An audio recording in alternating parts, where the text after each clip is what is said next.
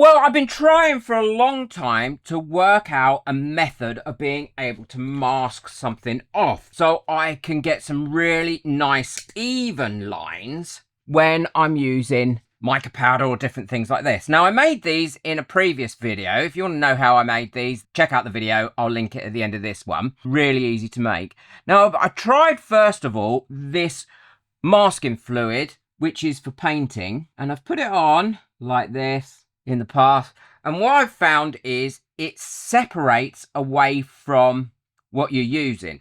Look, it's pulling back off the sides and it keeps leaving little gaps, and it especially happens if you want to mask off on a mold. You get little ripples and you get little gaps and you don't get a really nice neat edge. So I've worked around with a few. Look at that. See what I mean there? It keeps pulling away. Look, there's a big bit there missing. There's a big bit there missing. Big bit there missing. So I find this is really, really hard to use, and it causes a lot of work. So I've been working with different things as I want to be able to mask some stuff off. And now I'm going to show you what I want to mask off. Get rid of this. And I want to be able to mask off on both a mold and on a pre-poured piece of silicone. So that's really nice and dry now. And what I want to do is something like this. Now, I created these using my Cricut, and these are just stencils. That one there says crafting, and I've sprayed them with a stencil spray so they'll stick onto my resin really easily. I'm going to brush on there a little bit as well to make sure that's right the way down everywhere where I want it. And I've also made these little snowflakes as well. And these are the ones that I'm going to put directly onto the mold. I'm not sure my positioning is great, but we'll see in a minute. So I'm going to use these two stencils here. And then this one, I'm going to be doing something freehand, which I'll show you in a second. So what I figured out here is, believe it or not, I can use this brush on silicone by J Diction to mask out all my areas, and then I can play around with it afterwards. And I'll show you exactly what I mean now. My advice is don't mix up too much because you're going to be brushing this on, of course, and I'm going to actually use a normal brush for this. So all you need to do is, at a time, mix up about 10 grams of each. It has to be mixed up in weight and not in volume. And also, what is really important, anyone that's had any problems with this needs to be at a working temperature of about 68 to 85 degrees Fahrenheit, which is about 29 degrees centigrade. If it's too cold and your room is too cold, then you need to make sure that you warm your bottles up first, and that way you'll get the best results out of it. And the great news is this is a new formula that they've brought out, and they're only doing the new formula because it actually pours out from the bottles much easier than it did before, and it is not quite as viscous to start with, and you're going to get really great results with it. Now, the mixing time for this, it really does depend on how much you're mixing up. So I'm going to mix up 10 grams of each one. So I will only mix this for about 90 seconds. But if you're mixing up a lot, then you do need to mix it a little bit longer, because obviously you've got more liquid there to get thoroughly mixed. To be honest, I probably could have got away with 5 grams of each to start with. Make sure your scales are accurate as well, because you want to make sure that you've got the right proportions and that you've mixed it thoroughly. So that'll be fine for me. And all I'm going to do now is take a stick like this and mix this small amount that I've got here for about 90 seconds. If I was mixing more, probably anywhere between 45 and 100 grams, I'd probably do it for about 2 minutes. Or if I was mixing up more than 100 grams, I would definitely do it for 3 minutes. And honestly, it was down to customer feedback. They're saying they were having problems getting it out of the bottles, that they've decided to change the formula, and it is a great formula. It makes it easier to mix, and it also makes it much easier to use. You still get about, at the most, 10 minutes working time with this, I would say. So that's had enough mixing now. And the great thing about this is it will stick to your silicone mold, but it doesn't stick so it can't come off. What I'm going to do now is put my brush in here and now put this on here like this. I don't want a too thick a layer, but I want to make sure that I've got enough on here to be able to create a barrier. See why in a second. Honestly, when you see this work, it is just amazing. There we go. So I've got all over that one. And this does actually clean out of your brush as well. You will need to use brush cleaner and it comes out. But if you don't want to mess about, then just use an old brush and it will pull off the stencil as well once you've done, so you can reuse your stencil. So I've got that all done now. And before that dries, what I want to do is lift my stencil up, because if not, what's going to happen is it's going to dry onto the stencil and then I'm not going to be able to lift it up without it pulling it all off. And that should now start to go into its spaces to allow that to dry. I'm going to do this one exactly the same way, but I quickly want to show you what I'm going to do with this one. Look, I've got it all over everywhere already. I should have not had these together. So this one, I'm going to do a freehand pattern on it. I'm going to go across here like this and just do a freehand pattern in that up. And the nice thing about this is as it settles, it makes really nice clean edges. Drip some bits across it in places. There we go. And I'm going to just leave that I mean, that's just very rough, so I'm just going to leave that to dry. And then on this one, I'm going to do exactly the same as I did for the snowflakes. Now, I'm going to have some of this left over, and I don't want to waste that. And I've got this lovely glass crystal here that actually needs a bit of a clean. And I would like a really nice casting of that that's lovely and faceted. So what I'm going to do is any that's left over, I'm just going to pour over and brush onto that and then make a mold of that as I go along. Now, don't overload what you're doing, because if you do, then it'll all blend in and you don't need to overload it. You only need to have a covering on it. So there we go. I've got that done now. And all I've got to do is lift this mold off, or this, mold, lift that stencil off, and then I can let that dry and before I go on to the next stage. I'm going to move this to one side, up the top here, and I've worked out that I can use it on my silicone mat because it will just come off my silicone mat really easy, but it does tend to make a mess. So what I'm going to do is get a bit of acetate. So I've got a bit of acetate now, and I can start to pour this on and actually brush it on. Now, I can use the silicone brush if I want to, and that will definitely give me a really nice clear finish. But at least this way I can brush on this first layer like this and then just keep adding layers to it as I go. Now, if you want to see a full video on this, I'll link another one of these right at the end, because it is the easiest method to make a mold that I've ever found. Okay, so I'm going to carry on filling this one up, and at the same time, I'm also going to make a mold, because I want to make a mold of this, which is a little jade figure that we got. I think that would make a great mold. The other thing I should have mentioned is when you're using this, make sure, and you're mixing, whatever time you're mixing for, that you scrape the edges and the bottom and then the stick, because you don't want any unmixed bits in there, because if you do, then what you'll have is you'll have sticky bits that just won't cure. It's a bit like your resin. Scrape the sides and then the stick, and make sure you do the middle.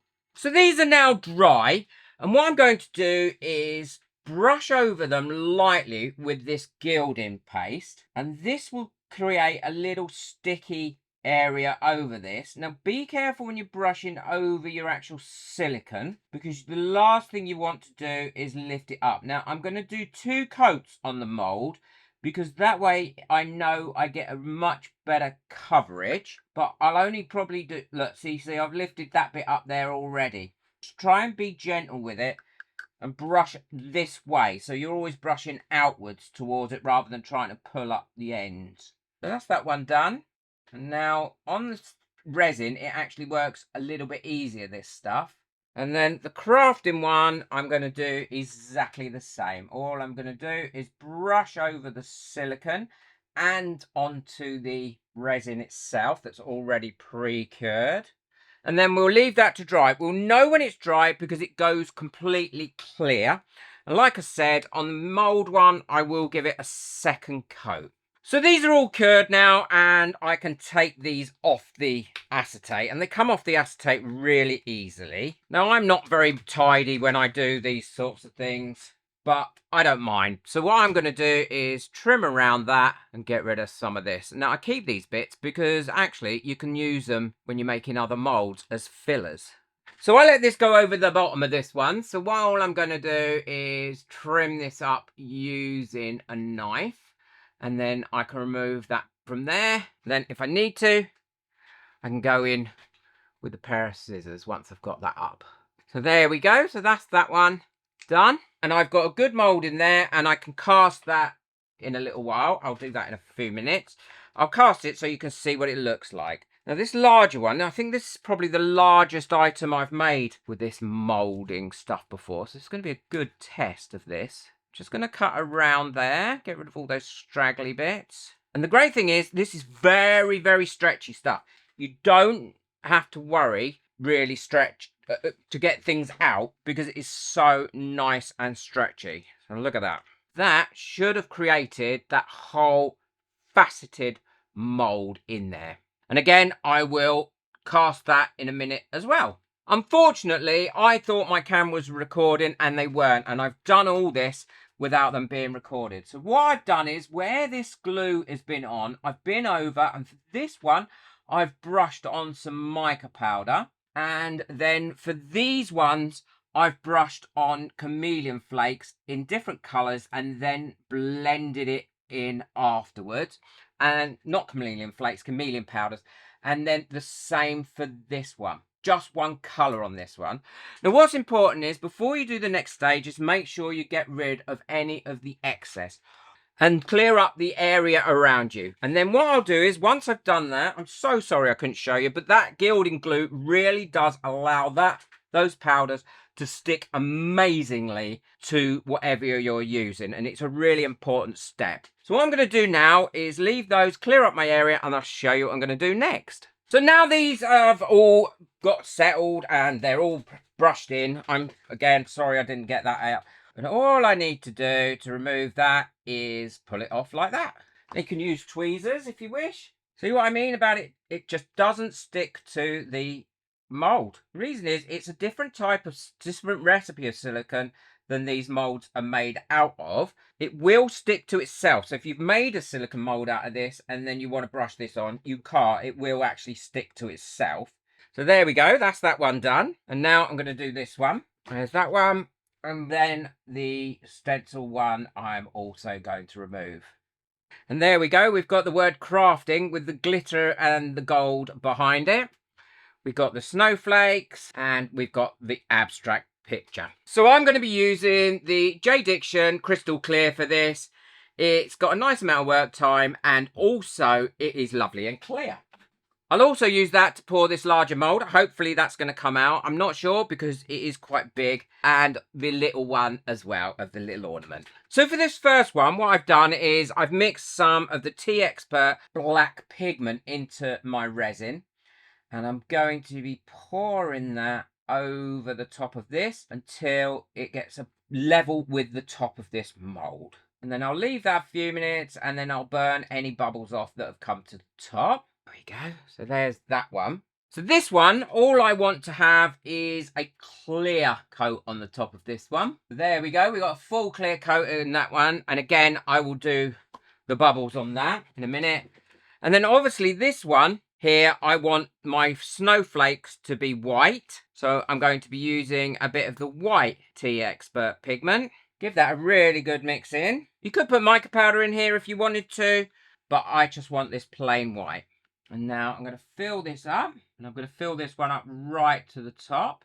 Okay, there we go. And now I'll leave these to cure for about 5 more minutes, and then I'll go over them with a long neck lighter, and then I'll leave them to cure overnight. What I'll do is I'll now mix up some resin and fill these little moulds in as well, and then we can have a look at them at the end and see how they've come out. These are all cured now, and I can show you what they look like. But before we do that, let's check to see what these moulds look like. Oh, and that has come out really, really well. I love that. Look at all the details, not a single bubble trapped on the surface, which is what we were looking for. And that is what I love about this stuff. It really has come out so cute and pretty. And I can use that mold lots and lots of times going forward. Let's have a look at this.